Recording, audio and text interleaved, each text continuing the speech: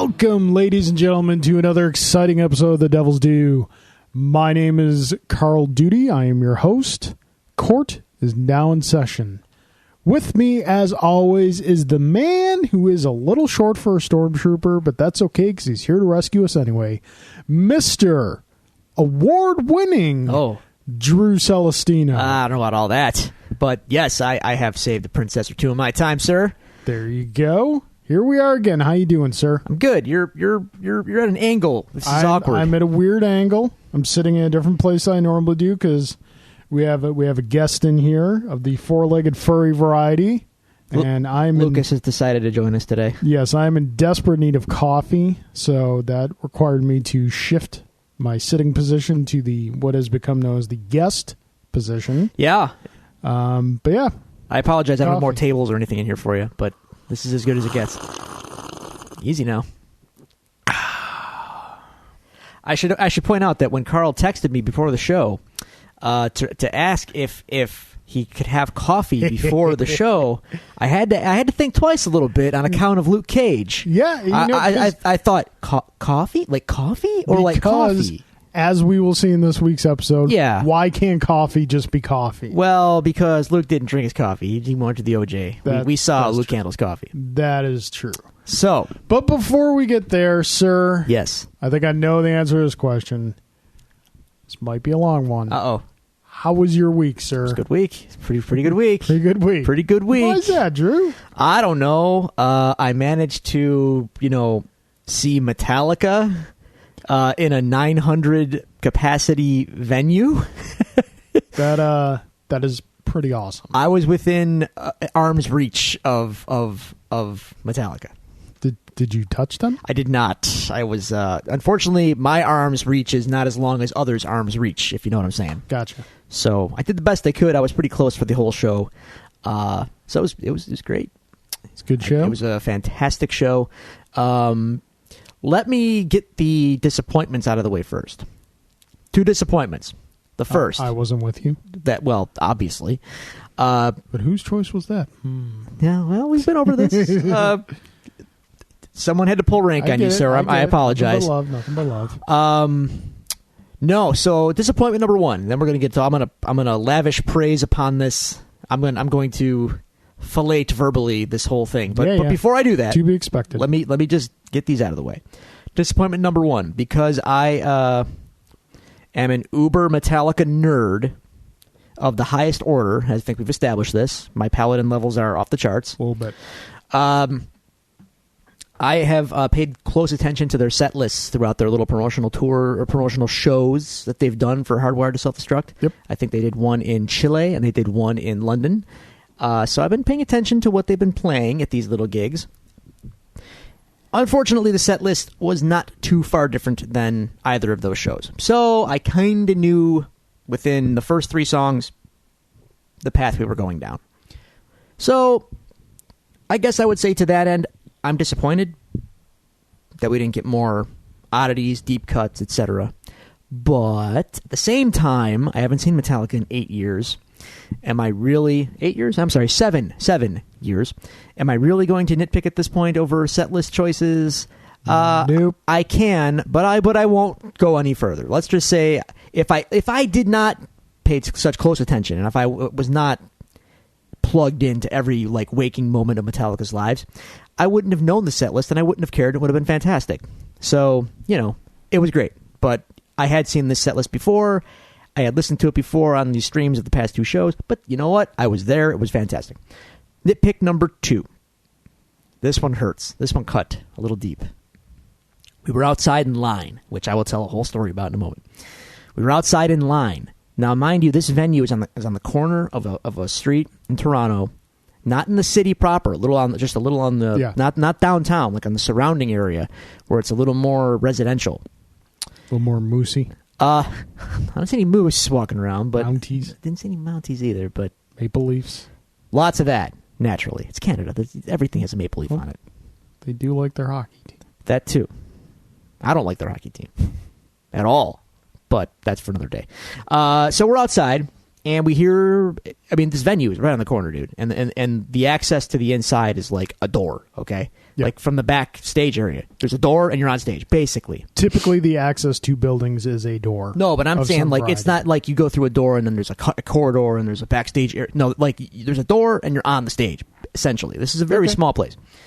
We heard them outside sound checking. And we heard them sound checking Halo on Fire. They have not played Halo on Fire live yet. So Jason and I were like, they're going to play Halo on Fire tonight. Because we didn't hear the whole song. They just did like the beginning. Yeah. And we were all like, oh man. They didn't play Halo on Fire. So he teased you a little. Little bit.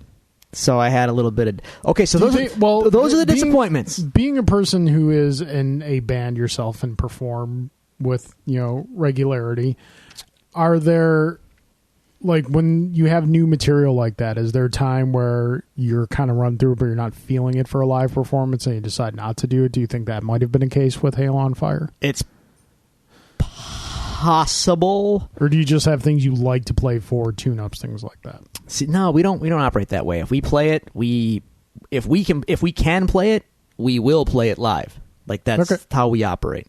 But in Metallica's case, it's a whole different scenario for them because they have 10 albums, and I'm to choose from. I'm gonna venture to guess that even though they have 10 albums and they wrote it all, they're not gonna be able to just pull out any one of the songs from any of those 10 albums anytime they want. Yeah. On a whim.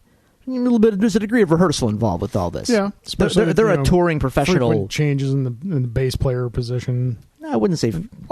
I'm not saying that as a dig. I'm just saying. How's this for a mind blower? Right now, I think. Hang on, it's 2016. I like how you look at the clock to check the year. I had to I'm verifying getting all my ducks in a row. It helped when I see numbers. It helps me kind of put things into perspective. 2016. Rob joined in 2002, 2003. Was it really that long ago? Yeah. Jason left. It feels like. Yeah, that's my point. Rob's been in the band almost as long as Jason Newsted was at this point. That's mind bending. Here's what I like about Rob. He reminds me of Nikali from Street Fighter V. I don't know what that means, but okay. I'll bring up a picture for you. But while I'm doing that... What I like about him is that he's a fantastic bass player. At the same time, I also look at him, I'm like, shouldn't you be in Limp Bizkit? No, what are you talking about? He got the backwards baseball cap and stuff. And I'm puzzled by your Limp Bizkitness here. Listen, I'm going on 3 weeks of mandatory overtime. I'm exhausted. Not everything that comes out of my mouth might make total sense. All right, fair enough. Well, while you're looking up this picture of Limp Bizkit bass player in Street Fighter V, wow, what a show. Yeah. Wow, what a show. This place was small, okay? The venue where I performed 2 days before that at Showplace Theater in Buffalo, I can kind of see it, kind of, in that picture you showed me. Showplace Theater, by the way, oh my God, what a renovation. Holy crap. I hope they do more shows, and I hope I get to... Because you had a show, too, this week. Yes, but forget my show. My show didn't matter. This was insane. Wait, we just support your band. Hey, look. I'm going to put this out there because I'm starting to get into this whole, like, you got to put things out there in order for them to kind of happen mode. The Long Cold Dark will find a way to open for Metallica someday. Don't ask me how. I don't know that. That's for one of you out there who listens to this show that might have a connection in a promotion or management position that might be in a position to make this happen. I'm putting this out there. We'll make it happen. Even if it's in my wildest dreams, it'll happen. I will. As Ian McKellen once said in Lord of the Rings, I will help you in this endeavor long as it is my ability to do so. Okay. Well, pull some strings at the game store. I got nothing. Anyway, the sound was fantastic. Metallica definitely brought in their own sound system, like their own mounted speakers and everything. And the mix was awesome. Everything was crystal clear. Like the arena shows you usually see them at and stuff like that, the sound is usually because arenas are for sound. because they're just big, empty Yeah, caverns. they're not built for sound. Right. They're built to- for capacity. Yeah. This was fantastic Well, sound. unless Oh you my play in god! Seattle. Right, sure. Sounded fantastic. Oh my god, everything was crisp and clear, and the band was on. I would think that they, given their experience, given how long they've been doing what they do, they might get a little more pumped for a show like that than they do for an arena show. I might agree, and just speaking as a Because musician, that's granted, that's like kind of where they came from, right? But how often do you get to go home? Well, they're not home. No, I'm saying like home in the sense of like California. of a smaller venue. Oh, sure. Yeah, no, I get you. Yeah, it's a whole different vibe than a big, empty, not empty, but a big, massive stadium where like you're almost alone in a crowd of people in a sense. Yeah, it was fantastic, dude. Just a great show. We're in line. We're walking outside, and there's a tractor trailer outside that's parked next to the venue. And we had to walk past the tractor trailer to get, around the corner into the door of the building. Yeah. And as we walk by the tractor trailer, there are road cases strewn about the side of the building, and they all they're the gray road cases, well worn, well traveled, with Metallica's logo spray painted on them. And it was just like totally geek out moment. Like, oh my God, I've seen these road cases in pictures for years. I'm standing next to them right now. It was super cool. A little bit of temptation. They're not going to miss this one. No. Security would have had their way with me, sir. But yeah, it was awesome. And we played the Saturday prior, and it was good. And that's all I have to say about that. Awesome. What was the ratio of? You mentioned the set list. What was the ratio of like new stuff to classics? How many songs off the new album? 3 from the new album. Just Nothing. 3? Yeah, 3 that. Well, the 3 that were released prior to them releasing everything. The 3 that were released. So, Hardwired, Moth into Flame, and Atlas Rise. I'd be a little They're getting there. at that. Why? But only 3 songs. When you have a catalog as deep as Metallica's, I get it. You got a lot of ground to cover, and people are going to be upset. Metallica's not known for their short songs, right? And ultimately, fans are going to be upset if you don't get some staples in there. So all right. It was a well spanning set list, although again, safe set list in my opinion. I imagine each Metallica show closes with Enter Sandman. You would be wrong. Really? It's towards the end, but it's not the end. Huh. Yes. That's surprising. Usually the last song before the encore, and then the encore is usually 3-4 songs. Okay, you bring up something. I can't remember what I was looking at this week that triggered me going, I got to ask Drew about this. Let me ask you about encores. Yes. I've never done one, so I couldn't tell you. But everybody knows you could do an encore. Yes. Everybody knows. I've been thinking about this myself lately. Yeah, go on. What's the point of walking off stage? It's a tease. It's a tease. Or, not for nothing, but walking, sometimes you just need a breather. Like, I gotta get some water. I gotta towel off a little bit here. Give me 5 minutes to kind of get myself together before I go back out and finish things off. Okay. All right. But I was just curious about that. But honestly, it's just a tease. Yeah. That's all it is. Yeah. Just play what you're going to play. Yep. I feel you.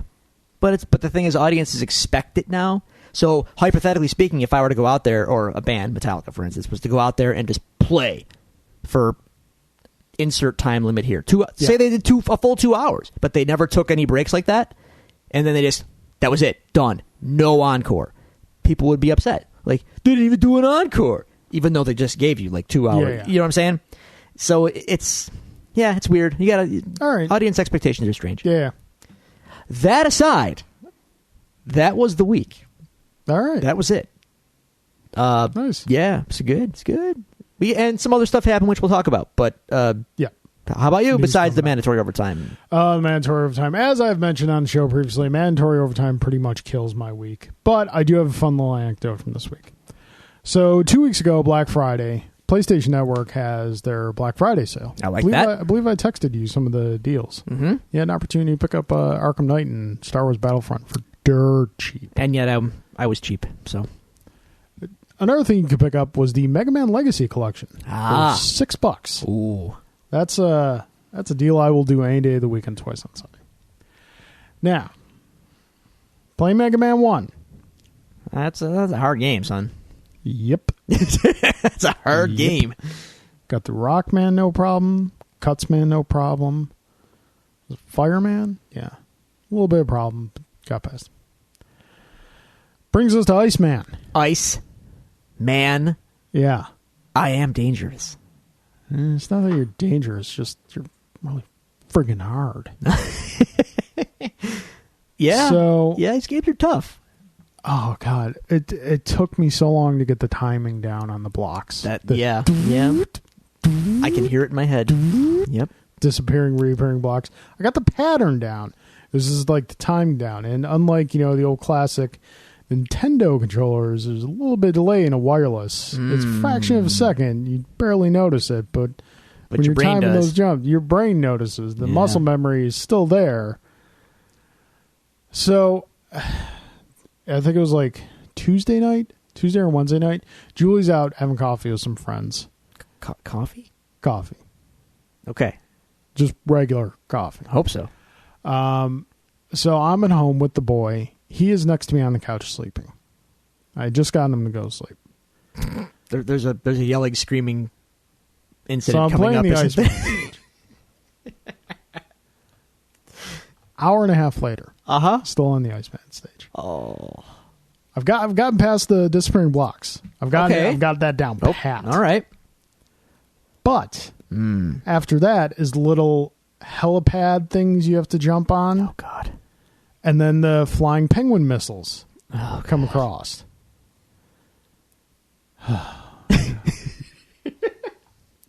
There are literally points where there is no way not to get hit. You Right. just have to position yourself in a way that when you do get hit, you don't fall off the thing. Yeah.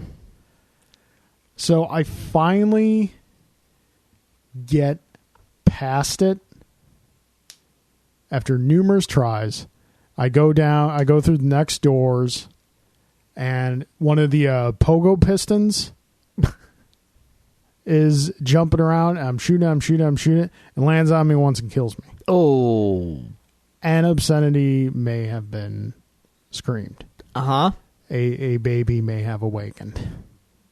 Yeah. Yeah. Yeah. And you know what? It's real dangerous now because controllers are wireless, Yeah. which gives new definition in a controller throw. Oh, yeah. See, unlike the controllers of yesteryear, Yeah.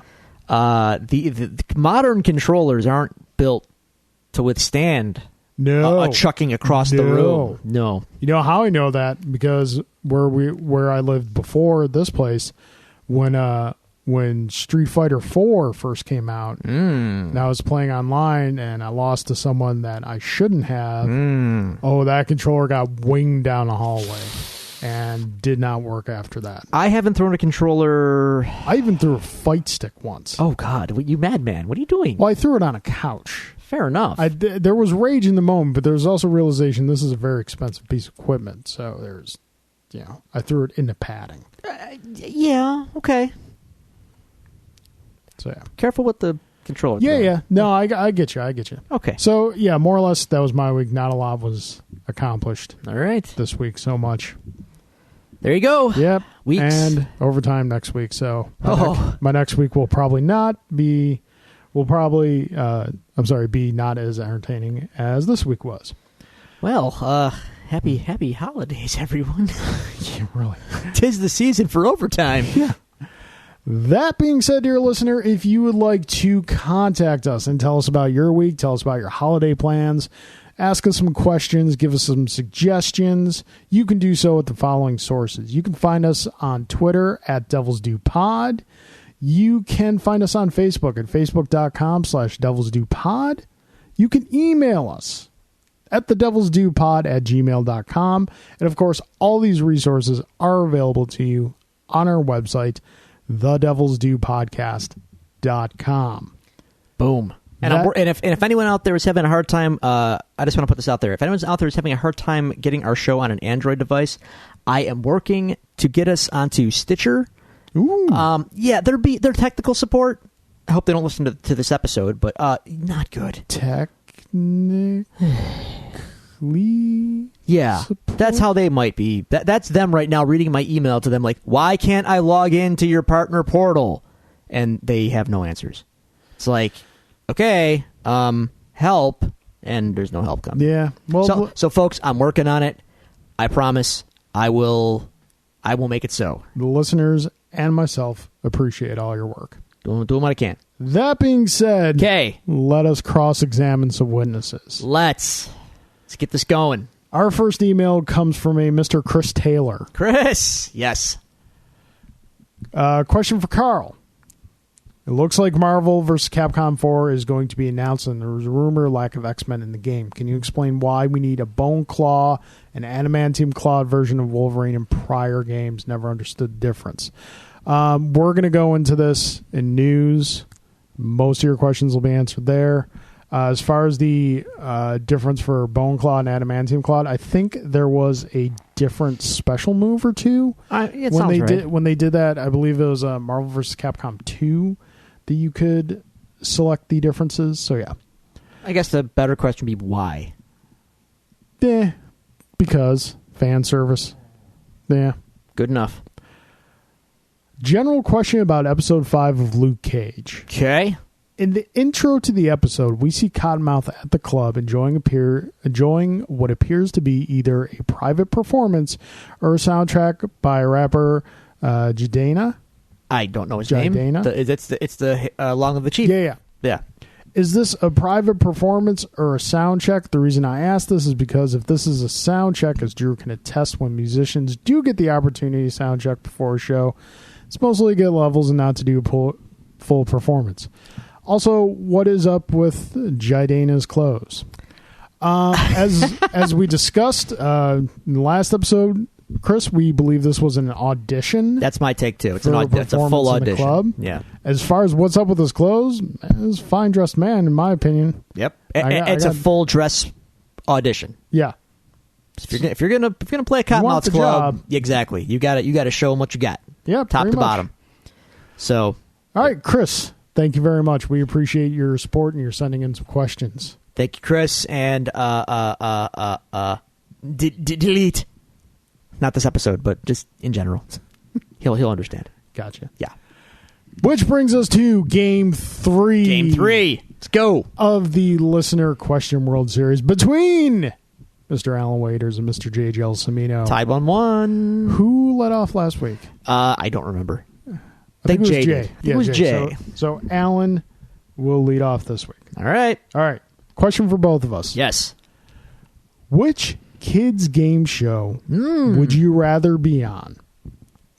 Legends of the Hidden Temple, Ooh.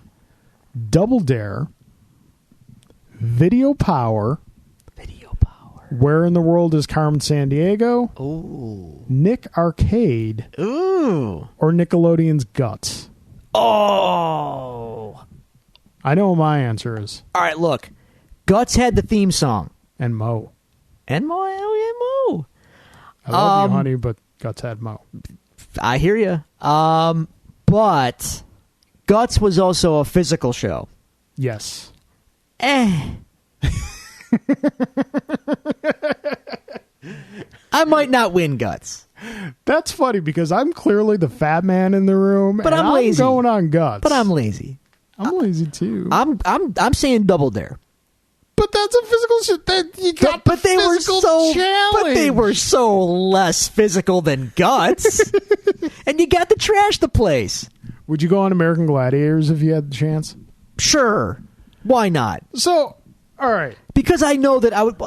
Because in Gladiators, at least I know that I would get my butt handed to me by one of the gladiators, and that's kind of cool. There's a degree of like. It was like getting body slammed by a professional wrestler. So yeah, right, Hurts right. to get body right. slammed. Whereas Guts, I'm just jobbing to the aggro crag or whatever the hell it was called. That's just me being inept and out of shape. I'll take a joust to the face from Laser, but I don't want to fall off Zap. the aggro crag. You know what I'm saying? Roided out Amazon woman. Sure. Oh yeah, sure. Hell yeah. Bring it on. Oh man. Yeah, I'd So you're going double dare. Double dare, All right, man. I'm going Guts. I double dare, and I'm trashing the place. Oh, and for the record, Guts had Mo, Double Dare had Robin. in her day. Yeah. It was the 80s, man. If I was I a kid. remember correctly, Nick Arcade never had any Nintendo games. It was all Sega Genesis. I think you might be right. Or they're like cheesy. Or arcade games. Actual arcade games. Yeah. You might be correct. Yep. Okay. Here we go. Carl, Yes. if you had the Speed Force and could go back in time, what did we just talk about? Try to picture fat old me just like rid of his streak. Momentum becomes It my doesn't have to enemy. be graceful, but you have the Speed Force. Momentum just becomes my enemy because stopping Oh God! could be like a wrecking ball. You stop in the future. What happened? What do I do? All right. Okay. If you had the Speed Force and could go back in time to prevent a catastrophic event, which event would it be and why? None. What would None. be the unexpected consequences of your actions, which people call duty point? Duty point. As opposed to Flashpoint. So none? No, I'm not going back. I'm not screwing time travel. All right. Because think about this, because I had this conversation with someone else a couple weeks ago. When in fiction have you introduced time travel into a situation and it made the situation better? Well, here's the thing. It never never helps. does because you're afraid of what's different, and Yeah.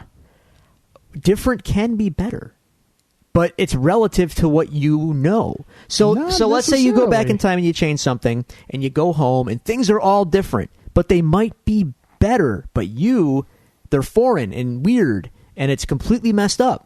So to you, it's wrong and evil, but it might actually be better. But Really? you're unobjective. It's hard to say. Hell Valley, that was an improvement, you're saying? Biff's Casino? Here's the thing that no one talks about. That's the alternate 1980. That's the alternate 1985 that everyone knows, right? Think of the ending of the first movie. He played with time travel. Mom and Dad weren't drunks no more. House but was nice. Dave had a good job at the bank. And that lasted for... He had the truck. And how long did that last for before Doc shows up and says, hey, we got to go fix something? Yeah, in the future. But I'm just saying, Marty fixed the past and improved his situation. I disagree. 'Cause I don't think so. If he had improved the situation, Doc would never had to come back. But that's a whole nother, But that's the future, not the past. See? That's a whole nother... But yeah, I'm not screwing with time travel. Okay. Okay, Drew. Your question anyway.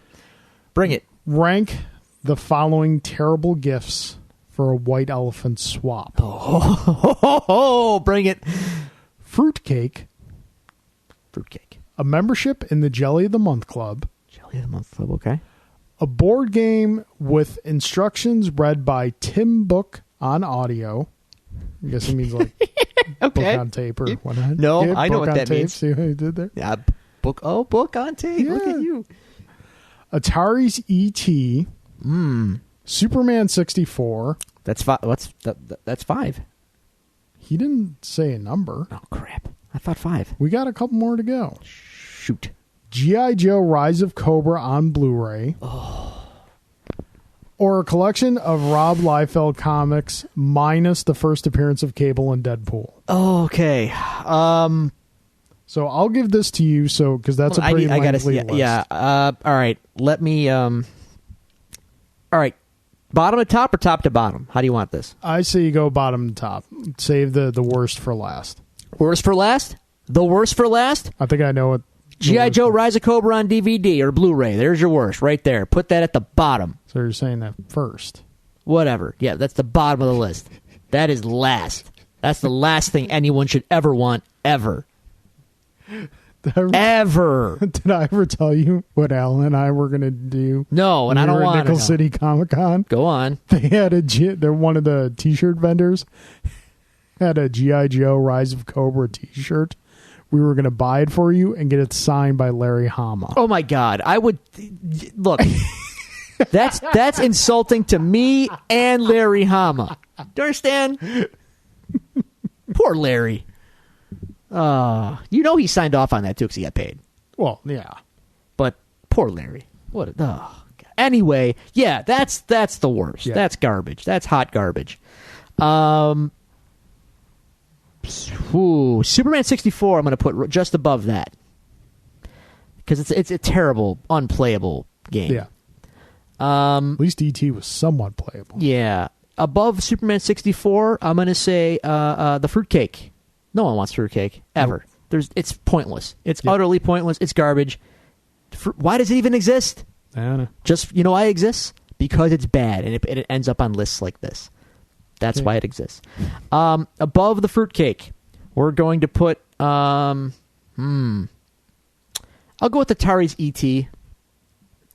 It's pretty bad, but if you can figure it out, it is playable. Its reputation is almost a little overblown. I would take one if it was one from the landfill. Sure, That'd there be you a nice go. little It's got collector's collectability. item. Yeah. Above that, let's go with the Tim Book instruction board game, whatever. It's okay. It's just not top dog. You're going to have some trouble. I hear Tim is efficient. He's in his that's a word for it. efficient, bordering on dictatorial. Which is going to be interesting with a book on tape. Yes. Like you don't even think it's on, but he yells at you. Don't fast forward. Right. Then I gotta say, the jelly of the month. This intrigues me. I don't really go for jelly, but if I got one a month, if you have different ones to try, I'm game. Bring it on.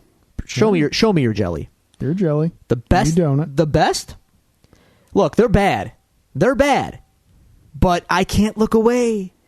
Give me the Rob Liefeld comics. Give me all of them, just so I can read them and appreciate how awful they are. And then in a historical context, I can try and figure out where in his career it all went wrong. The beginning. Here's the thing. That's impossible. The man did something to get a job. Not just get a job, but keep the job and become like one of the hottest guys in the biz.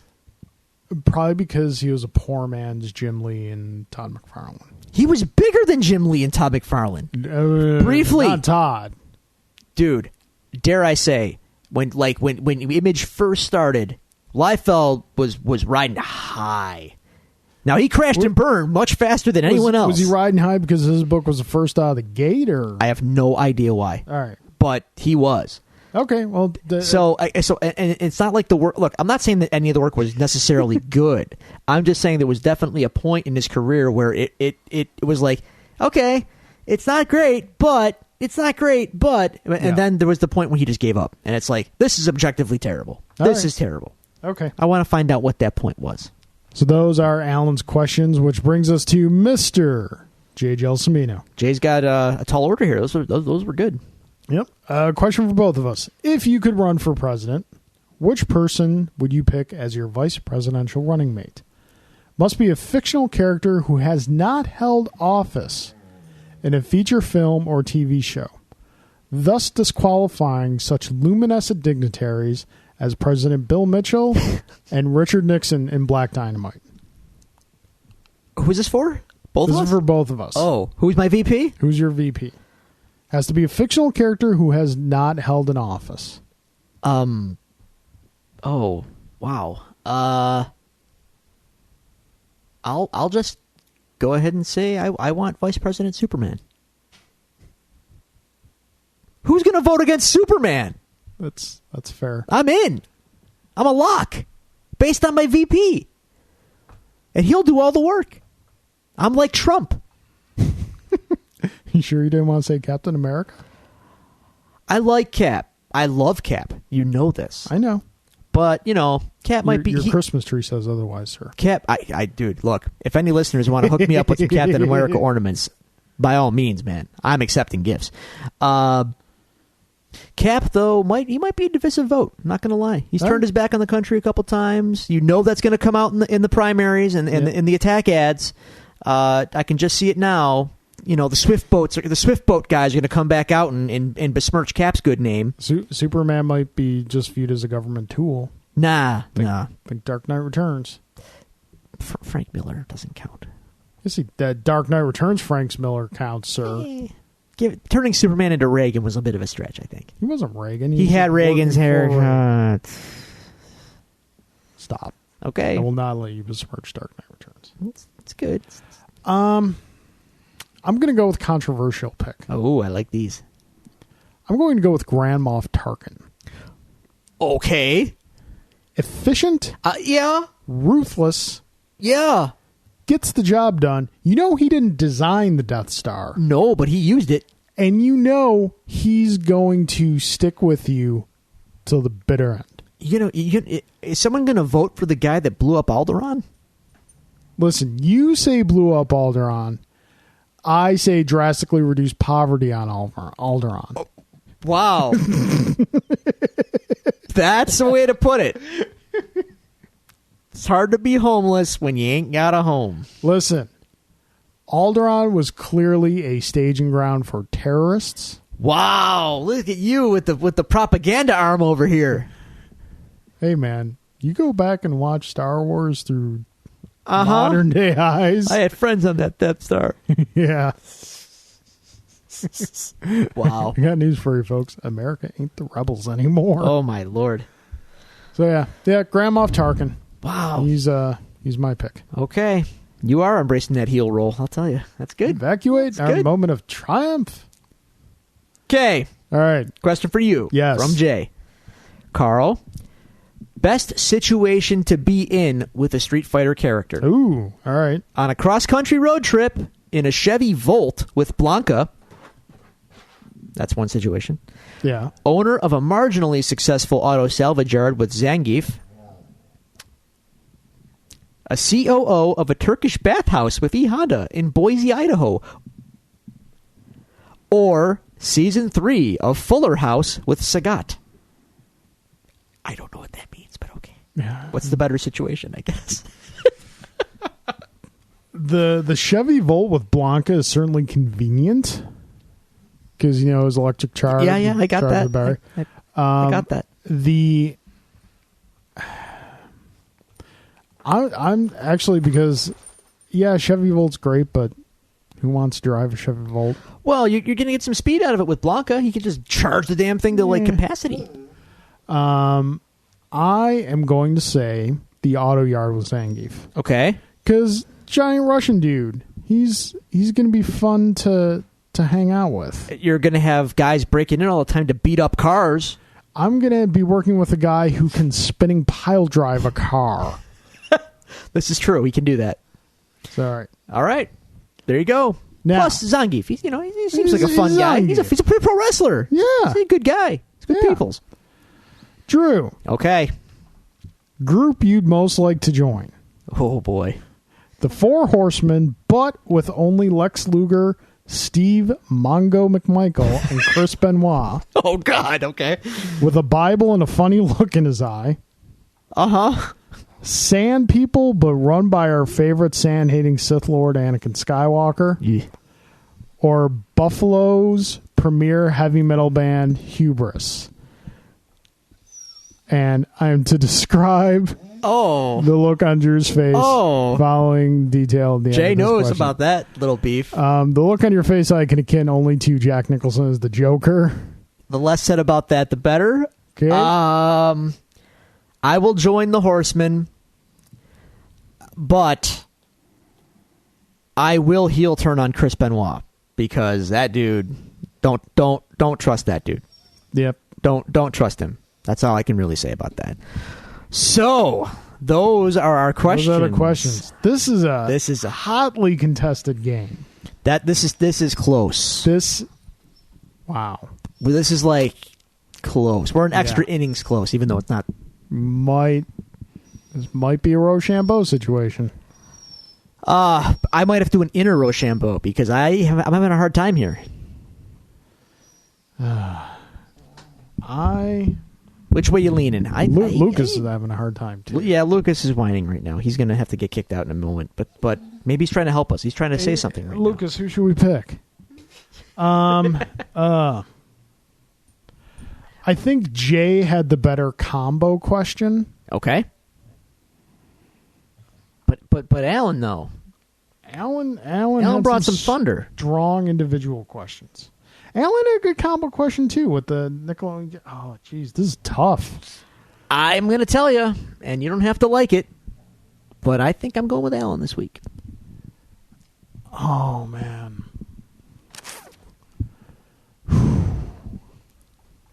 Right now, Jay is pissed in his desk wherever he is. Yeah, but I'm Alan Waiters.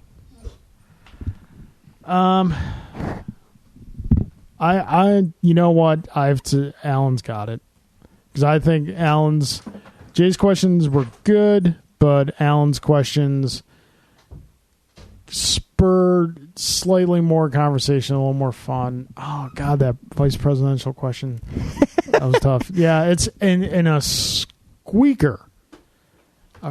So close. Game of inches. Even though it's a baseball reference, but it's well, you could be, as Willie Mays Hayes showed us, you could be slide and still be inches from the base. This is true. Yeah, Alan takes game 3. A-Dub up 2-1. Goes up 2-1. Oh, that was tough, guys. You keep going like that, you're going to make this much harder for us than we thought it was going to be. There it is. Thus closes the cross-examination. Now, we got some news to get into. We've got some. We got to open up the case files. Bring it. Predominantly video game news, but that's okay. Before we get to the video game news, a little bit of Star Wars news. Oh? Yes. As you know, we are 2 weeks away, officially today, from Rogue One. I've let go of illusions that I'm seeing this movie on opening weekend. Oh, I don't think it's happening. I don't see it. Just get someone to fill in for you at the concert. Yeah, sure. I'm just saying. Okay, so earlier this week, Kathleen Kennedy, who's the producer of the Star Wars franchise. Yes. She was the producer of it before it was sold to Disney, and is still the producer of it now. Has a long, distinguished career in Hollywood. Pretty much, we grew up loving it as kids. She had a hand in it. Okay. Has said, officially, there will be no sequel to Rogue One, regardless of how the film performs at the box office. Why is this shocking at all? It's not that it's shocking. You know what? Hang on. There already was one. It was called Star Wars. Or as it was later known as Episode 4, A New Hope. But in today's world where it seems that like nothing is quote-unquote sacred, I like this announcement. I like that they're saying this is a one-shot story. This is not a whole new thing we're going to spin off into other stuff. We're just telling this one story here. That's fine. That's what they said it was going to be when they announced it. A Star Wars story. Star Wars is a whole universe. Like, you don't need to... There's going to be, finger quotes, sequels, because there's going to be infinite more Star Wars movies.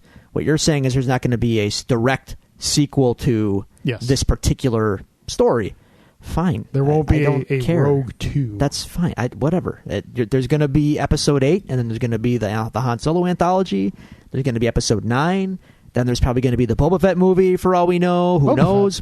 Yep. Boba Fett. Maybe in this one he won't be an inept idiot, but we'll see.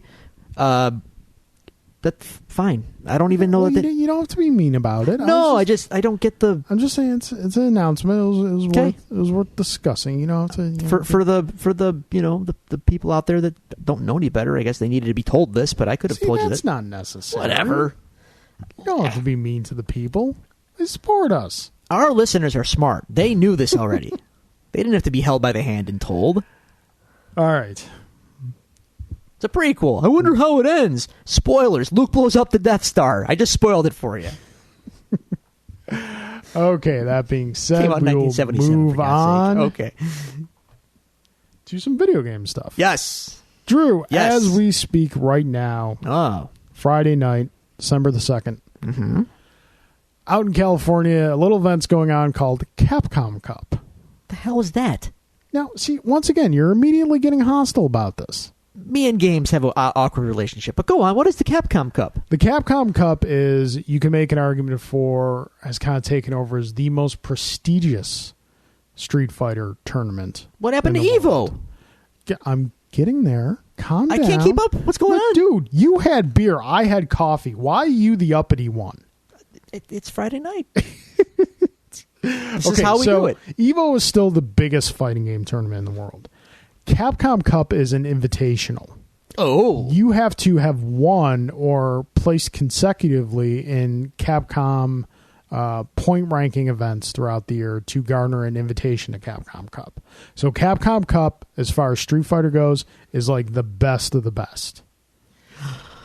Yeah? Oh. Yeah. Is Eric Roberts involved? Coach!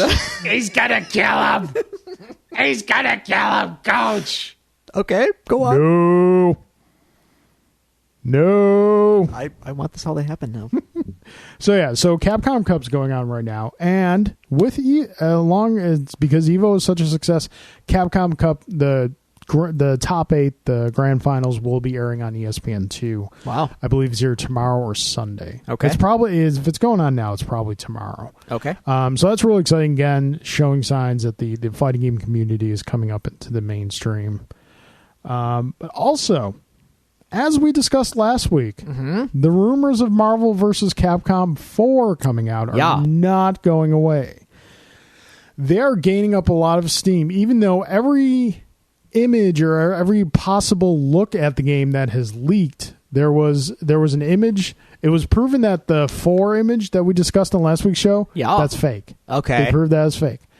Earlier today, an image came out of a screenshot. Oh boy. Showing Giant Man stepping on Rashid from Street Fighter V. Those characters are too obscure for this to be fake. It looked very, very legitimate, later proven to be fake. Oh. Though Well done, fakers. There is a lot of stuff being talked about for a game that apparently doesn't exist. Okay. There's a screenshot. It says open this page in crap. Friggin' pop-ups. All right, I'll show it to you later. Okay. So more and more people are thinking that we are going to get an announcement, whether it be Marvel versus Capcom 4 or just a complete reboot of the Marvel versus Capcom franchise, just starting over with just plain Marvel versus Capcom. Mm-hmm. It's more or less. It got to the point where last week I thought maybe like 25% chance it was going to happen. Now it's looking like 85% chance something is going to come out. Okay. That being said, another rumor that has been reported by reputable sources have said there will be no X-Men characters. Now that is a very curious and specific omission. Yes. Now, and it's also a very big omission because, now granted, this probably doesn't come as a surprise to a lot of us because we know how Marvel is operating when it comes to the X-Men. Yeah. X-Men, Fantastic Four kind of disavowed, more or less. More or less. Except with the comic books because, Fantastic Four was canceled, but it'll be back. X-Men still sell comics. Yes, they do. So Marvel still prints X-Men comics. But in licensing, though, the X-Men and the Fantastic Four have become sort of persona non grata. Marvel does not make a lot of products anymore, or definitely not with Fantastic Four. Very few, if any, with X-Men. If they do, it's Wolverine. They've gone so far as to omit Fantastic Four and X-Men characters from classic artwork that they have been on in licensed T-shirts, posters, and prints. Mm-hmm. So, for instance, the cover to Secret Wars, the issue with Spider-Man in his alternate costume, the black costume. First Human Torch is in the background in one of those comics. On that cover, he ain't no more. Nope. The cover to Secret Wars #1 featured Cyclops and Wolverine on the cover. Wolverine for sure, Cyclops, I could be wrong. They ain't there no more. Nope. They replaced them on that cover for T-shirt purposes. So yeah, we've known that Marvel's been kind of moving in this direction for a while now.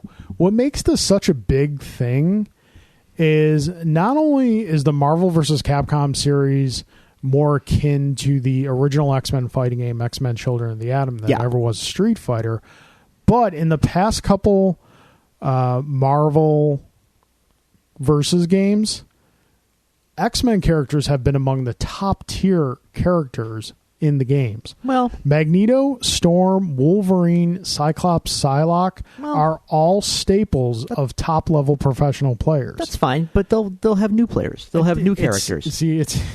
It's not. This is how, like, you know how a couple weeks ago we were talking about how, like, you hear music and how I hear the music. character doesn't matter. The character doesn't matter. Stop. How do they You play? don't. This is one. This is that thing. This is like me trying to talk to you about music. The character is everything. No, how it plays and how you win with him is everything. You need to have a character that has the proper tools to win. Not all characters are created equally. This is not Right. Mortal Kombat 2, sir. But they can make any character play a certain way. It doesn't have. Why does it matter if it's Wolverine or if it's Spider-Man? this would be What's the difference? This would be akin to putting out a Street Fighter game without Ken and Ryu. But they could put two guys in with different names that have the same fireball and Hadouken, and you would never know the difference. They would be the top tier guys. It just wouldn't be Ken and Ryu, but they would play the same way, and people would kick ass with them. It doesn't work that way. I'm sorry, it doesn't. I'm sorry, it doesn't. On a professional level, it just doesn't work that way. Why? Because of the coat of paint on it? Who cares? I'm not saying the professional players are not going to find new players to use. Their professional players is what they do. What I'm saying is, for these characters to be admitted, drastically changes the game because these characters have, again, traditionally been top tier characters. This is a whole new game, though, so you have to learn the new game. What's the problem with that? We're going to agree to disagree on this. It's a new game. Learn the game. You'll find out who the top players are. Okay. Just saying. All right. No, I get you. We're good. Just, Okay. we'll agree to disagree. And, All right. I mean, I'll lecture you on guitars later, and we'll see how you feel. Dude, ultimately, it's all about results in the end, man. Next thing. Now, this is something that, from my understanding, was announced a couple years ago, but haven't really had a lot of news on it. But something just came out again this week, reminding everyone. I'm very interested to hear your take on this. Nintendo theme parks coming to Universal Studios. Yeah. I've known about this for a while, but now it's starting to ramp up a little bit. Now, you recently traveled. You recently went to Florida. You A couple were years ago, yeah. Both Disneyland and Disney World, Disney World. sir. Who cares? People who are into Disney, actually, not just the people who are into Disney. Disneyland is a lone theme park in Los Angeles, California. Disney World is several theme parks spread around the entire city of Orlando. It practically is Orlando. So you're saying it's all set out on land? All right, so name doesn't matter. So there is a difference. But you've been to both, and I remember specifically you saying that Universal Studios not that great anymore. Universal Studios, if it was ever great, dare I say, Universal Studios, it's kind of like the RC Cola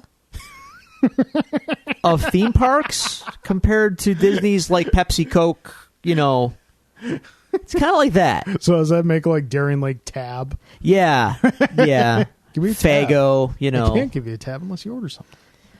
I'm not impressed with Universal at all. It's dirtier. The staff looks unhappy.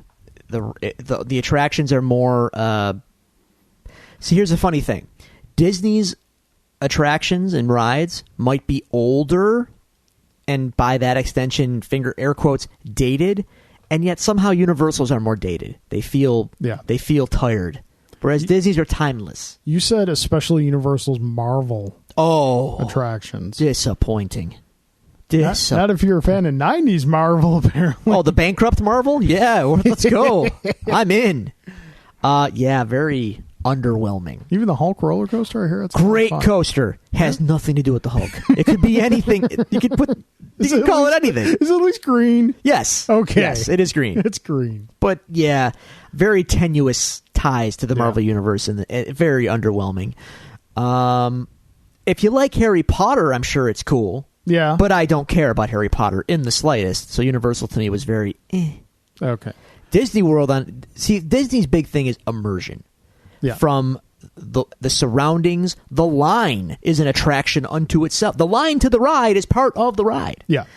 And that's this whole theme park deal with Marvel and Universal is unfortunate because now Disney, who owns Marvel, cannot operate like a Marvel Cinematic Universe theme park in Orlando because of the contract with Universal. They can do stuff at Disneyland in California, Yeah. but they can't do stuff in Orlando. So it's a bummer.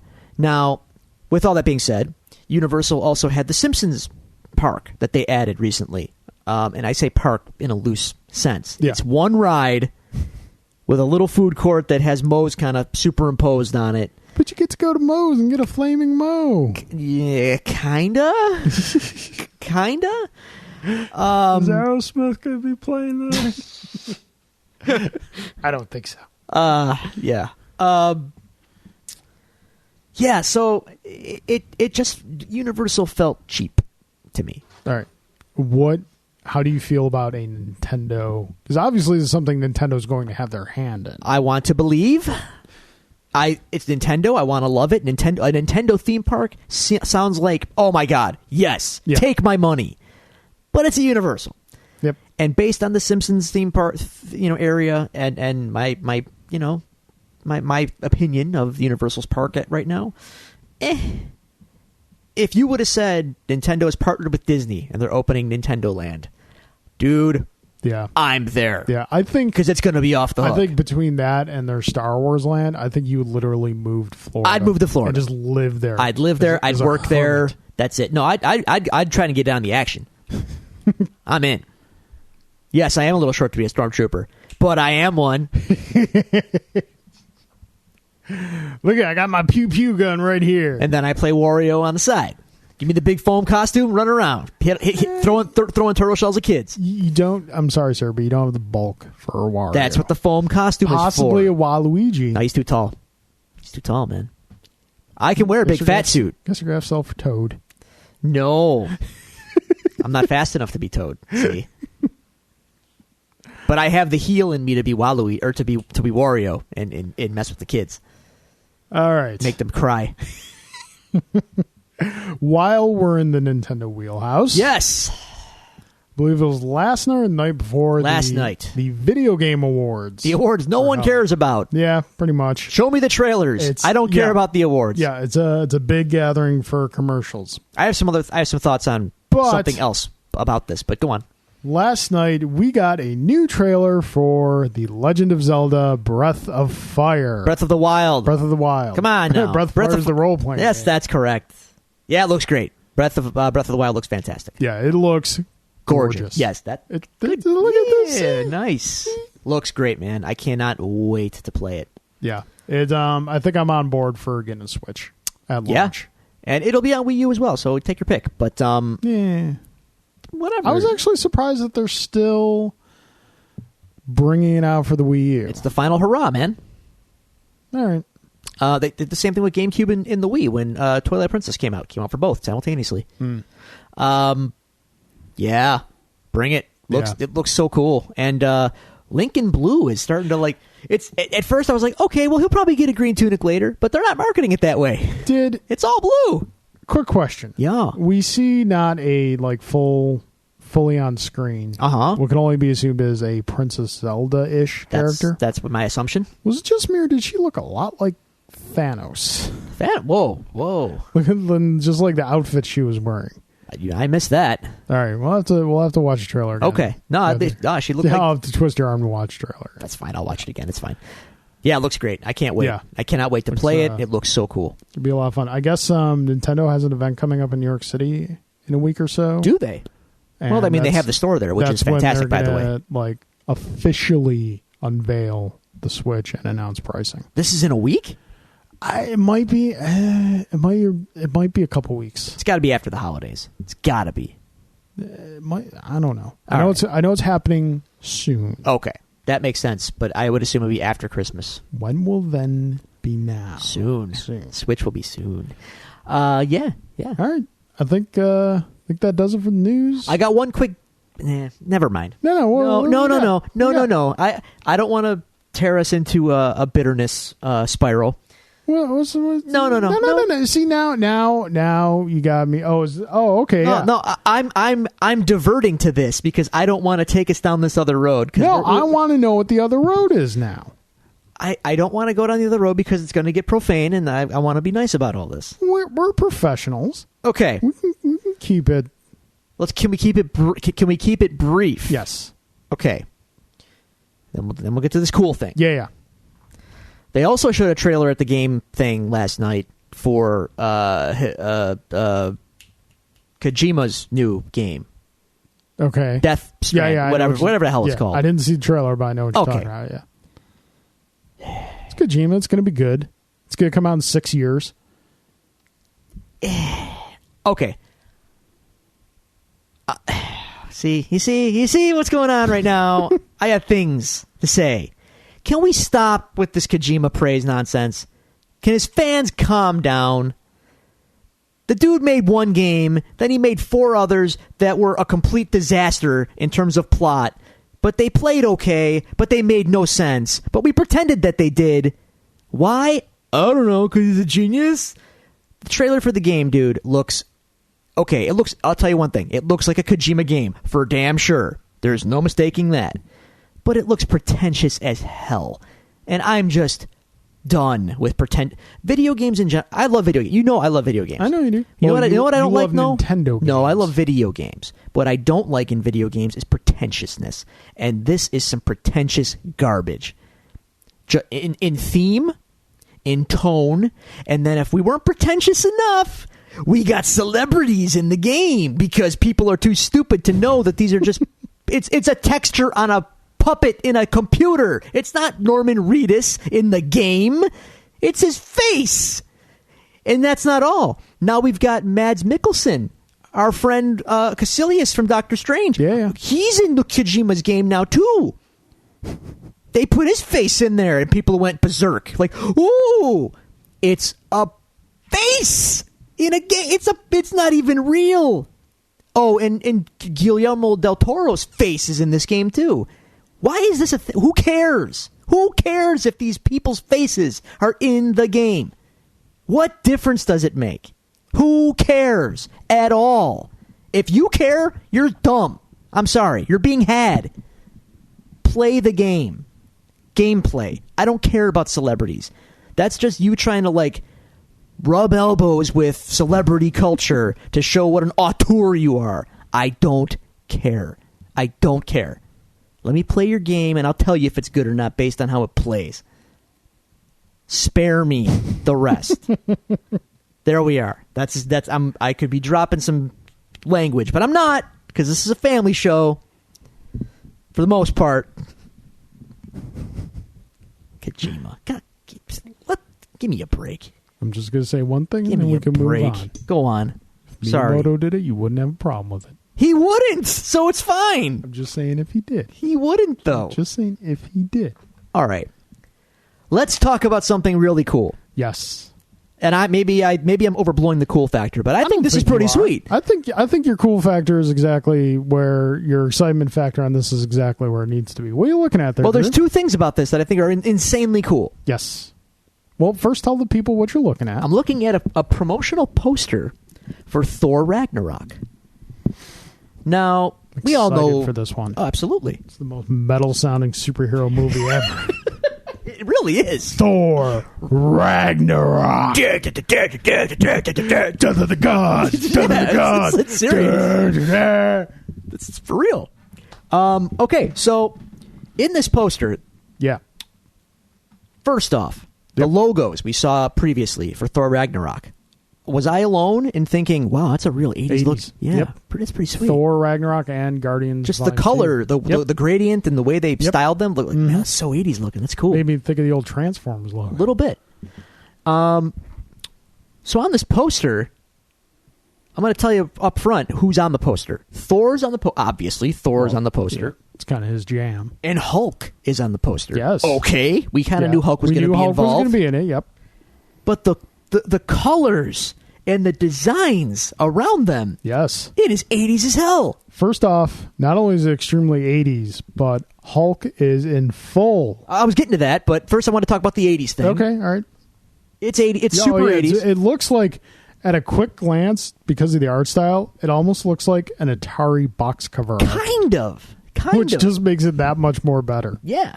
Now let's talk about costumes, shall we? Oh, we shall. Thor is in his full... I'm sorry. Hulk. Pardon me. We'll get to Thor. Yes. Hulk is in his full Planet Hulk gladiator attire. Yep. Helmet. Helmet with mohawk. And armor. This is so cool. It's really awesome. This is going to happen. Yeah. Yep.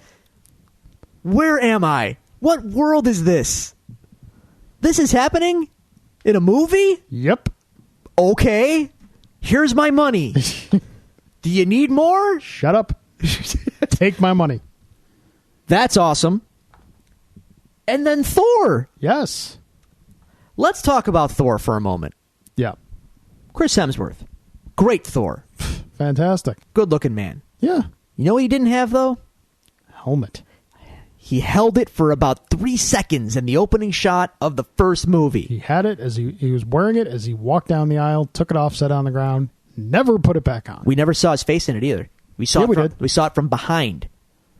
We never saw him with it on proper. Yeah. You have to rewatch. Rewatch it. In the concept art we saw it, but we never saw Chris Hemsworth proper with the friggin' helmet on, which was a damn shame. Yeah. Thor's helmet's kind of iconic. It's pretty awesome. The wings and whatnot.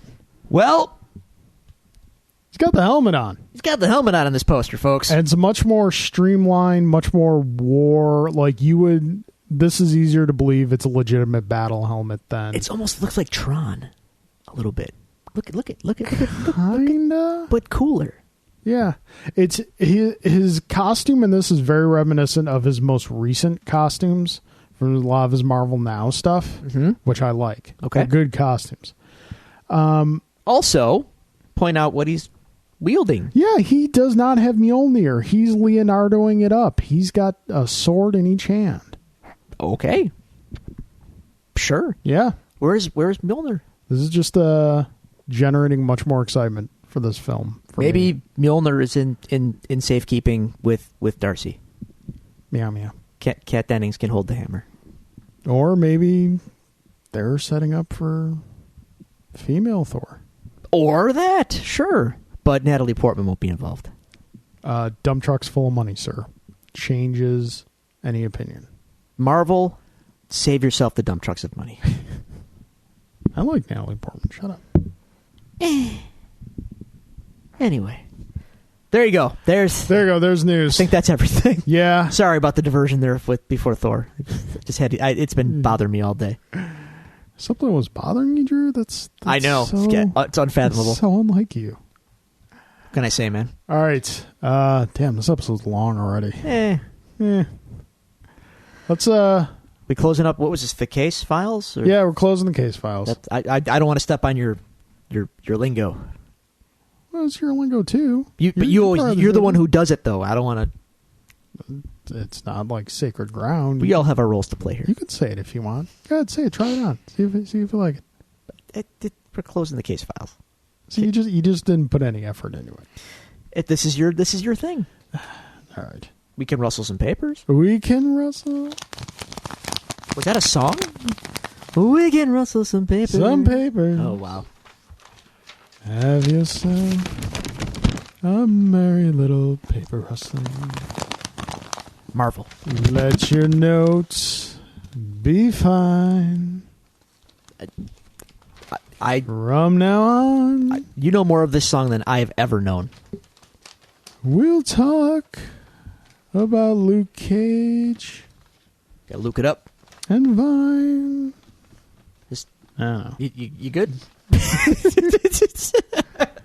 Episode 6. Oh, I'm just joking. All right. Episode 6. Suckers need bodyguards. Okay. Now, what you got? No. Let's dive in.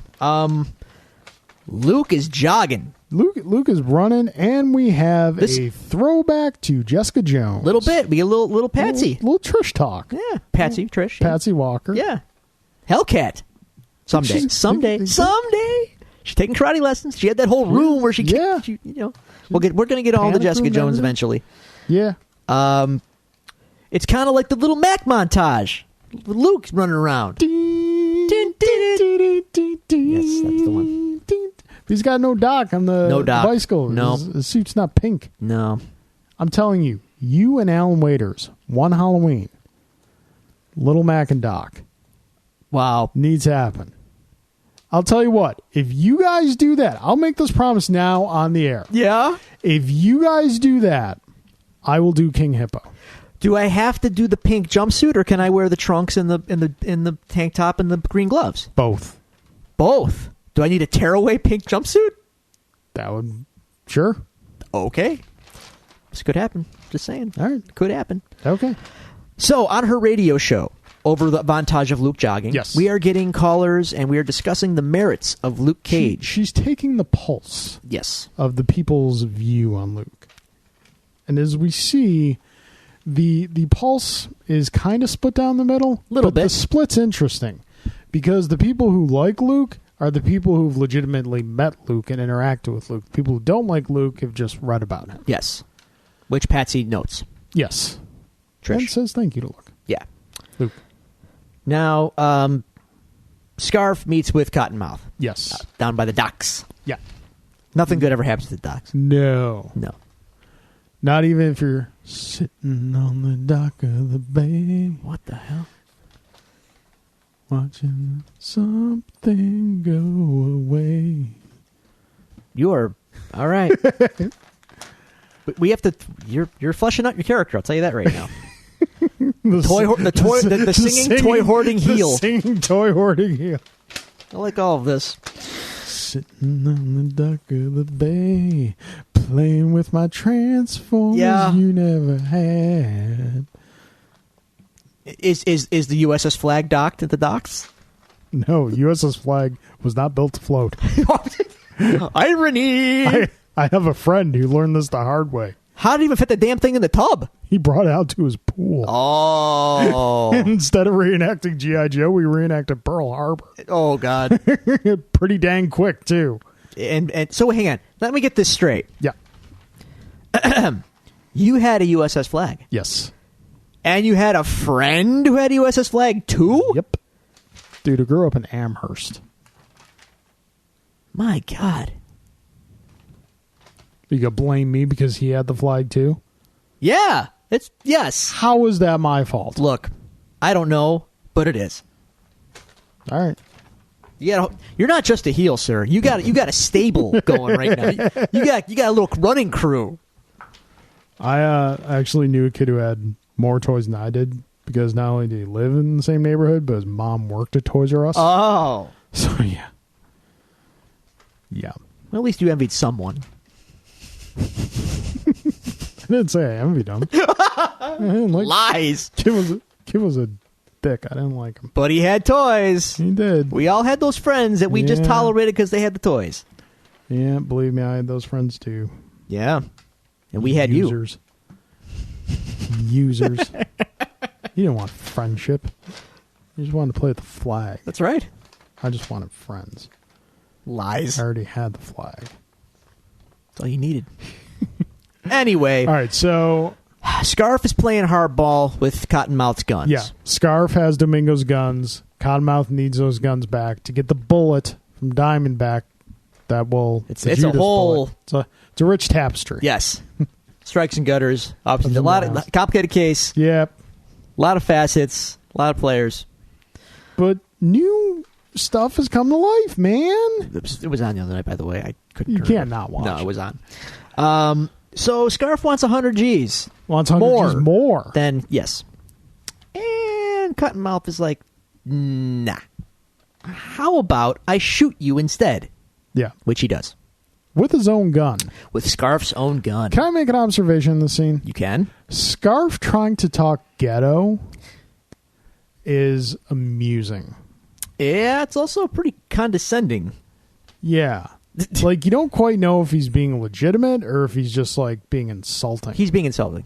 Yeah. Because he's got leverage. Well, he thinks he has leverage here. But also, like, he kind of strikes me as the personality who thinks he can talk like that just because, you know, he is who he is. maybe. So, yeah. I think he knows what he's doing, though. All right. So, yeah, he's bleeding. He leaking. Yeah. Took 2 hits. One to the thigh. The abdomen and one to the thigh. Yeah. From what I understand, I've never been shot, but the most painful place to get shot is in the stomach. Want to find out? We can find out. I don't want to get shot. Okay, well, I'm just throwing it out there. That's all. Dude, you just threatened to shoot me. with your toys. Anyway, All I can use to my defense is my laser tag gear. I had laser tag. I was the only one who had it. So was I. Couldn't play with anyone. So was I. We should have been friends earlier. Yes, we should have. We could have played laser tag. We could have. So, anyway. Cool looking gun. Remember they came out with like a sniper rifle? No, I remember The white rifle? I just remember the black original gun. That was a cool gun. Do you remember Photon? No. Photon was like a cheap knockoff laser. I had that too. Photon was like a cheap knockoff of laser I had tag. both. Just to cover my bases. It did. It had a cool helmet though. Mariah Right. now Yeah. meets Luke. She's filming a TV spot. Yeah, We're going fluff to see piece. later. Yeah. And Luke puts her on notice. Luke puts her on nose, but Mariah understands Luke as an adversary, but she would not be opposed if he became an ally, because according to Mariah, she would wear his skinny ass out. Yeah, and Luke, did say that he liked experience. Yeah, Luke does not, poo-poo this idea. Luke's brewing some coffee in his mind. That's what he's doing. Yeah. So yes. Now Bobby and Luke meet at Claire's mom's diner. Yeah. This is all coming together now. It's all the nets being drawn closer. And Bobby kind of encourages Luke. You gotta market yourself or Get something. out there. Be a hero. Wear a mask. Something. Luke at this point though is saying, when this is all done, when Cottonmouth is put away, I'm done. Yeah. I'm leaving town. I'm gonna go away. Yeah. Make sure the barbershop's back on its feet. Now, quick intercut. Mariah and Cottonmouth meet, and she tells him outright Mariah's pissed. she's not happy because Yeah. Cottonmouth is in deep doo-doo. There's a lot of transition in this episode between Mariah and Cottonmouth. Cottonmouth decreasing, Mariah increasing. Good observation. And I don't mind that as much. It's kind of unfortunate knowing what happens later, Yeah. because I think the dynamic between the two characters is really good. Yeah. It's really entertaining. And just dynamite acting performances on both ends. I have... You're right, and I have lots of thoughts, but we can't talk about them yet. Probably wait till we get to the, Yeah. the episode. And then the episode, the aftermath of the episode. Yeah. With, dare I say, missed opportunity to make her the primary antagonist? Yeah, possibly. Okay. Just putting that out there. No, yeah. So, she finds out that Cottonmouth has shot a cop. Yeah. She's not happy. Basically, he's throwing everything away for his pride, essentially. Yeah, and now we have a second person telling Cottonmouth to sell the club and get out. Yes. This one probably cuts a little deeper than Shade's telling him to do Right. it, though. Because This it's is family. family. This is family. Not only is it family, but in a lot of ways the club is family, too. Sure.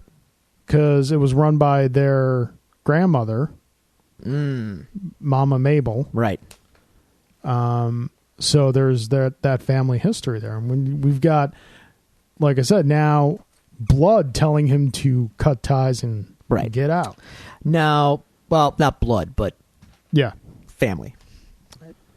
Anyway. And in this scene, she brings up some very interesting points about Luke. Well, she says Luke has to die. Yeah. So her moral ambiguity is not so ambiguous anymore. She's basically saying, kill him. Yeah. Can he drown? Can he Yeah, be poisoned? exactly. She's asking the questions that you almost see Cottonmouth having a look on his face like, Didn't think of that. Didn't think of that. Right.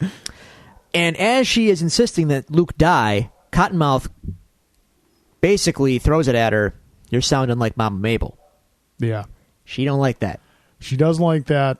I think in a lot of ways, we all eventually become our parents. To varying degrees. As much as we kick and scream and fight against it. To varying degrees, I agree with you. Let's just say I plan on taking a slightly different route. Let's put it that way. Ooh, Love my parents, Yeah. but I'm my own person. All right. To a fault, maybe, but march to the beat of my own drummer. Several drummers in my history. So you're saying you've been around the block. It's my curse, sir. Anyway, Yeah, so now Cottonmouth calls another dirty cop. Yeah, calls Lieutenant Perez. Perez, correct. So wheels are in motion. Yeah. It's about regarding Scarf. And Scarf's in the wind. He's in the wind. How? After all that blood I saw on the ground where he got shot? I don't know, but he is apparently.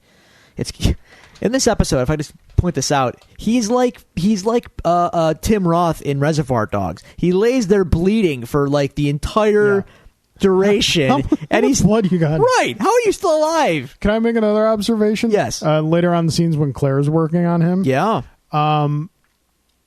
That Glock. Uh-huh. I don't think is gonna. That looks like a .50 caliber hole in his leg. Yeah. Look from a Glock. Look painful. Now, speaking of Claire, here's Claire. Yeah, She meets Luke in the diner. yeah. Her mom called her, told her to come to the diner. Didn't tell her why. Just said it was urgent. Yes. And points out Luke there. And dare I say, we got some chemistry here. A little bit of chemistry, even though Luke doesn't quite remember her at first. Granted, during the majority of the time they had interacted last, Luke was in a coma. Yeah. More or less. After a shotgun blast to the face. Yes. But there's some chemistry here. Now, Yeah, even she tells him... Bobby Smith. Yeah, Bobby Fish? Bobby Fish. Yeah, He's kind of smooth. Hey, Far too beautiful to ever have to apologize. Bobby, I agree, buddy. I agree. Now, she is asking Luke, what do you plan on doing with these gifts of yours? Yeah. I think we have a scene here where we have one character who is seeking answers in Claire and one character who is still running from answers in Luke. That's, again, yeah, good take. Now, again, she has seen Matt and all that. She's seen Matt. She's seen embracing Jessica. Yeah. She's seen Luke. She's seen Luke. She is now kind of, getting involved with these people and saying, you should be doing things with this. And Luke doesn't seem to want to do this yet. This is a note that I had at the end of the episode when they were walking down the street together. She is kind of assuming the role of Pop in pushing Luke to use his gifts for the benefit of others. Sure, okay. Instead of just running. She's kind of taking up that mantle. Dare I say, she can be a little more persuasive than Pop could, I would think. Hey now. I'm just saying. No, I get you. All right, so there's an all points bulletin out for Scarf. Yeah.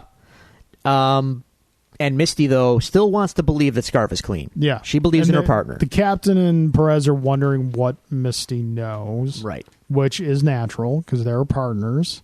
So it's safe to assume if one's dirty, the other one either A, knows about it and was turning a blind eye, or B, is involved in it. Correct. But in this case, she is not. Yeah. And then Misty is teamed up with Perez. Right. They are tagged up and they're tasked with finding Scarf. Yeah. Scarf shows up at Pop's. Yep. Still leaking big gulps. Yeah. And he lies to Luke initially about Chico. He says they sent they're Cottonmouth's after me, just like they were after Chico, and they killed Chico. Now they're going to kill me. Okay. Yep. But then well, before we get to that, we have another instance of our chief complaint about the show. Go on. Because there's a quick cutaway to Misty and Perez at Scarf's apartment. Yes. And she's doing the whole visualization thing. Ah. Now, up to this point, this has just been a sticking point with us because we're saying they are kind of showing to the viewers that does Misty have powers? Does Misty not have powers? Right. But they take that a step further in the scene because Perez says, like, you're doing that thing again. Everybody talks about how you do that. I think what I can infer, especially based on Misty's response, is that she has a sort of photographic memory. Yeah, she gives an explanation of what she's doing and how she's doing it. About how she sees pictures, how, as a kid she found Waldo in seconds, things like that. But still, the visuals they're choosing to use in this, still kind of allude to powers, which she does not have. Yeah. So they're searching Scarf's place, and we get a little background on Scarf. His kid died accidentally when the kid found his gun one day, and that is sad, man. It adds a little layer to Scarf. Yeah, that's gonna. A little late now, though, to add layers to Scarf. You know what you think? I don't think necessarily late. I don't have a problem with it as much because of what happens later in the episode. Okay. You can. I think it makes it like, especially that brief line where he says, "I've got to go see my son." Yeah. Fair and enough. Claire doesn't know. And it's just like it's more. It's To me, much more. It's a little late now to be introducing character development to this guy, though, in my opinion. It makes his eventual death a Spoilers. little more poignant. Okay. A little bit more. Fair enough. Did it need to be, though, is my question. I don't know. It's we're in the last acts here, but okay, fair enough. Moving on. Mariah, we get a quick cutaway to Mariah now. And she's getting ready or whatever she's doing. And she sees a picture of Mama Mabel on her mantle, and she gets, like, mad at it. Yeah. She literally tells the picture, "Shut up." Yeah. So, clearly, she's got some issues unresolved with her ties to Mama Mabel. So now, Claire goes to work on Scarf at Pop's. Yep. And this is where she digs the bullet out of his leg. Tweezers. Yeah. The dogs are happy right now because dinner's here. Anyway. But she can't do anything about the bullet in his gut. Right, because it's penetrated his liver. Yeah, he leaking inside. Yeah. And needs to go to a hospital, clearly. Yeah. Doesn't want to go to a hospital for obvious reasons. Yeah, because he's dirty and he'll be arrested, and that's going to be it for him. But Luke can be persuasive. Yes, especially after Scarf tells Luke that he killed Chico. That's correct. And Luke wraps that hand around his neck and is squeezing with intent. Yeah. And we come to a bit of a very brief crossroads for Luke, and Claire pulls him back. Let's just say it's a good thing Claire was there. Yes. Yeah, she pulls Luke back. You're not a killer. And Luke says, no, I am not. Now, Scarf offers to Luke to help take down Cottonmouth. Yeah, with tells him about the notebook. The notebook. His ledger. As Luke leaves to get the notebook, we have another instance of the hoodie coming into play as a disguise. Very quick, very subtle thing they do. Okay. But as he leaves, he throws his hoodie up over his head. It's incognito. No one knows who he is then. Yeah, it's like, Superman with Clark Kent's hat and sunglasses. That's exactly what it is. In a modern parlance. Sure. Now, we have a little interview with Mariah in the media. Yeah. And it gets a little testy. Yeah, she wants... Mariah's like, "You want me to whip a nene?" I don't even know what that is. I believe it's a dance the kids are doing these days. Okay. I don't dance. But, okay. Is that like a dab? Is that like a thing? Sure. Okay. I can't dance. I can't. Neither can Phil Collins. I can't walk. The only thing about me, sir, is the way I talk. Yeah, boy. It's good stuff. Don't pretend like you don't like Phil Collins. You do. I never said I didn't like Phil. Who doesn't like Phil Collins? I'm just speaking in general. We're so white. Look. Talking about Luke Cage. There was that whole phase where it was like, oh, Phil Collins is so terrible. Shut up. Get out of here. Calling in the air at night, sir. Right? Calling in the air at night. That's what I'm saying. Now, Cottonmouth is texting Perez about Scarf. Yep. You find him yet? Misty and Perez are staking out Scarf's apartment, where Luke now conveniently breaks into. Yes, easily. And he finds the notebook under the floor. Loose floorboards are just a general thing.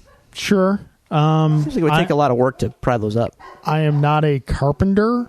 No. But I don't think that's how floors are constructed necessarily. Okay. But it serves the purpose. Sure. It's a sure. It plays. Yeah. Visual medium. It flies. It's got to work. It's pilot. Okay. We'll go with that. Now, unfortunately, Misty and Perez notice that the door is ajar, and they flapping in the wind. Yeah. So they rush up to Scarf's apartment, and as they go up, Luke goes down. Yeah. In a very Luke way. He jumped out the window. Just jumps out the window. And he makes quite an impact on landing. Well, I mean, yeah. He's cracks the sidewalk and everything. He puts a small crater in the sidewalk. He does. That's going to make an excellent bike ramp for kids with their bikes. You know, a little bump in the sidewalk, you just kind of like pull your front wheel up. Someone's going to get hurt on that. And that's going to be Luke's fault. Well, you know, no heroes are perfect. This is true. I had a bike with hubcaps once when I was a kid. Wow. Yeah, it was weird. Yeah, it sounds weird. I got it because it was kind of weird. I kind of liked it, but yeah. Yeah. Made it a pain in the ass to change the tire. I believe That's it. for sure. After a second tire change, those hubcaps did not go back on. What are they doing out there? My I God. know. They're happy about something. Dogs, we're talking about Luke Cage. So, it worked. Look at that. Oh, no. So, Claire's mom comes to the rescue. Yeah, she brings the van. She brings the van back to Pop's, where Luke picks up Scarf and Claire, and they're going to police headquarters so that Scarf can turn himself in with the notebook, and they take Claire's mom's catering van to do it. And a stern warning is issued. Yeah. Don't care about the van. Anything happens to Claire, don't care how bulletproof you are. Yeah. I'm with you, Mama. Yeah. Take care of Claire. Now, back to Mariah's interview a little bit. Yeah. And now, Mariah's putting on her classic politician of course. false front. Of course. Empty suit. Now, Cottonmouth is not nervous. happy. Getting nervous. Yes. So he puts the word out on the streets. 100K. Find Scarf. All right. So now that the word's out on the streets, a group of ruffians in a SUV spot the van. We get some van on van action. Yeah. And they chase down the van, and they proceed to light it up. Yeah, I really machine hope guns. Mom is insured. Yeah. That's not a van anymore. No. That's Swiss cheese on wheels. Yes. But they go into the van, and Luke has cleverly Cleverly punched through the wall of the van, Okay. through the wall of the building, so that they can escape into the building. Cleverly, sure. Subtlety, no. Hey, you got these abilities, you got to use them. That's true. So we cut back to Perez and Misty. Yeah. Perez overplays his hand a little bit. Yes, he does. And well, this is Misty- because Misty's smart. So, Misty calls him on it. as I have noted here, Misty with the swerve. Yep. Does the old who am I talking to on cell phone trick. And he basically owns up to being in Cottonmouth's pocket. But she's like, psych, I recorded you and ain't nobody on the phone, you dumbass. Yeah. Brief struggle for a gun in which Misty wins. Must be because of her powers. That's bitter, man. Just saying. She can just be competent at her job, too. Okay. Her powers. And, so she busts Perez. Yeah. Now, we're not done with the swerves. No. Because we're back at this interview situation Yep. with Mariah on Mariah's TV. getting clearly uncomfortable. Well, that's because the interviewer shows the puff piece earlier that she was Yeah, yeah. that Mariah was recording when Luke strolled up and put her on notice, talking about how great things are in Harlem, yada Yeah. yada.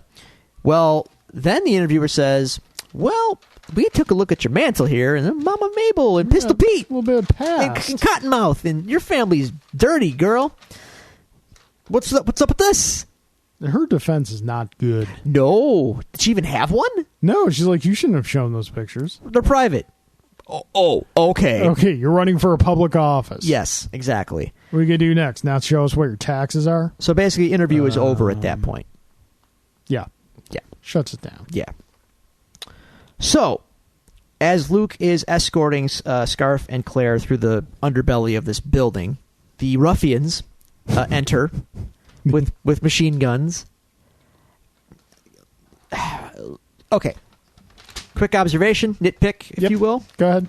Luke takes several clips of rounds into his person as he blocks the bullets. Yeah. So it would stand to reason that in later scenes his clothing would be tore up. You know that Carhartt jacket he's wearing? Well, okay, he took the rounds in the back. Later And scenes, we just I see him saw in the front. No, we saw the back too, and it was looking okay. Well, you know, maybe maybe he has the symbiote. I don't think that's it. No. All right, well, yeah, it's Oh, we forgot a news item that you would appreciate. the webs under the arms. Yes. I'm cool with the webs under the arms. I don't want him to use them to fly. But he can glide like Batman. No. Okay. I've always loved the webs under the arms. Okay. Always loved that visual. We're talking about Spider-Man, by the way, in case kids didn't know. Okay, so as Scarf and Claire get outside, Luke deals with the ruffians. Yes. There's a car coming. An SUV going to run him over. And then No, it's not. And then that classic scene we've seen in all the trailers, Luke throws a hip check. Yeah. Luke shoulder blocks a truck. Yeah. And Good on you, Luke. that truck didn't survive. No, didn't do very well. Yeah. Good on So, Luke. Scarf, it's kind of come to the end of his road. Yeah. This is the end of Scarf. He's bled out 23 and a half gallons of blood. Look, 22 gallons. He might have been okay. The 23 and a half, though. That last I don't care who gallon you and a are. half. It's the last gallon and a half that kills you, really. He's not Tim Roth here. No. Tim Roth, at this point, Tim Roth had like 15 more gallons to give easy. And the only reason he dies is because he got shot. Yeah. Again. To die. Yeah. So, Scarf passes away. I have a note here. Yeah. Luke, maybe you should have just taken him to the hospital. Because your plan now kind of has a big hole in it. I say plan in very loose terms. Mm-hmm. Like, he was so obsessed with getting Scarf to the police precinct to put Cottonmouth behind jail, Yes. behind bars. Yes. Which we see happens at the end of the episode. Does happen. Cottonmouth gets arrested. But if you just got him in the hospital, there's the concern that they might have gotten him at the hospital. But there's a better chance of Him living? Yes. Yeah. Well, we've So established... once again, Luke, good intentions. Yes. Not the best Little- with plans. See 3 or 4 moves down the game. He's got to Luke. talk to Bobby more. Yeah. He's got to hang out more with Bobby Fish. Now, Cottonmouth gets arrested. They lead him out in cuffs. So at this point, Mariah gets questioned about it. They she come does. right back They in come the back house. in the house, and she's like, "Get out of here! Get out of my house." She is pissed. She ain't happy. So Luke is walking with Claire down the street, and hey, Yeah. Cottonmouth got arrested. Yay us! Wrapping things up. No, Luke, Yeah. it's episode 6, buddy. We got a few more. we got We got some ways to go here. But before I can leave town, Claire, let's get some coffee. Yeah. Claire's like, nah. Yeah. I ain't sleeping with you. Nah. And again, why can't coffee just be coffee? Because we know Luke wanted coffee. he wanted the air. I have finger quotes in the air here. He wanted coffee. Yeah. But Claire knows you don't drink coffee. And apparently, as we find out in the very end of the episode, as Misty is in the police precinct, the cops look to be sweeping Scarf under the rug. Yep. They don't want it coming out that the cops are dirty. First Fisk, Now Cottonmouth. now Cottonmouth with political ties. And the cops, just like Fisk had all the cops. Yep. So the cops, they will not be revealing the depths of Scarf's corruption. No. So that doesn't bode well for the case against Cottonmouth, I would imagine. No, we will find out about that in the next episode. There is episode 6 of We Luke have the Cage. conclusion. Thoughts on the episode? Good.